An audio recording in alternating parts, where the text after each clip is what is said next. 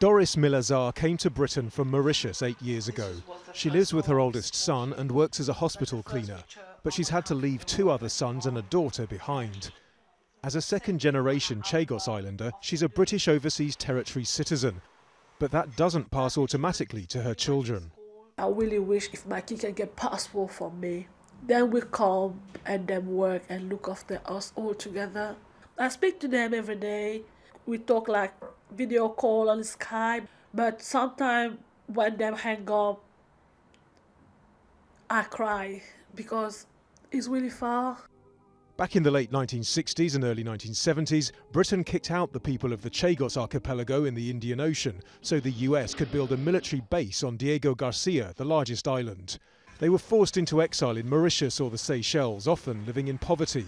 But in 2002, a legal change allowed them and their children, as well as a small number born between certain dates, to apply for British citizenship.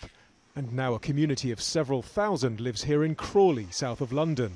But hundreds of them don't qualify for a British passport, and the local Member of Parliament's now proposing legislation giving them that right and cutting the cost involved from $14,000 to less than $3,000.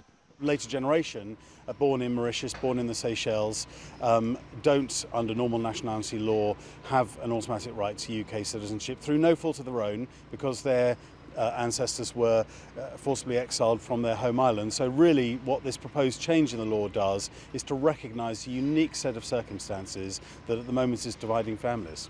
One of those families are the SAGAIEs. 2 years ago, SHARONNE, a Mauritius national, came to the UK with her 2 children to join her Chagossian husband. He has a UK passport, but they don't.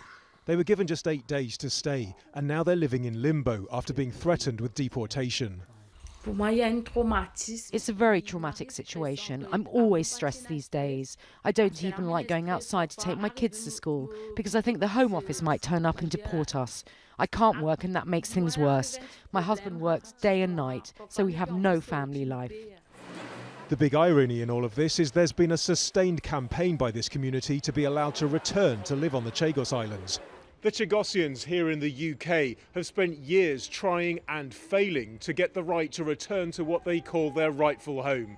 But at the same time, many feel they're being doubly punished by a legal situation which keeps them and their families apart. People like Doris are hoping the renewed focus on immigration from Commonwealth countries will help their families in their push for the right to British citizenship. Nadim, Al Jazeera, CRAWLEY in southern England.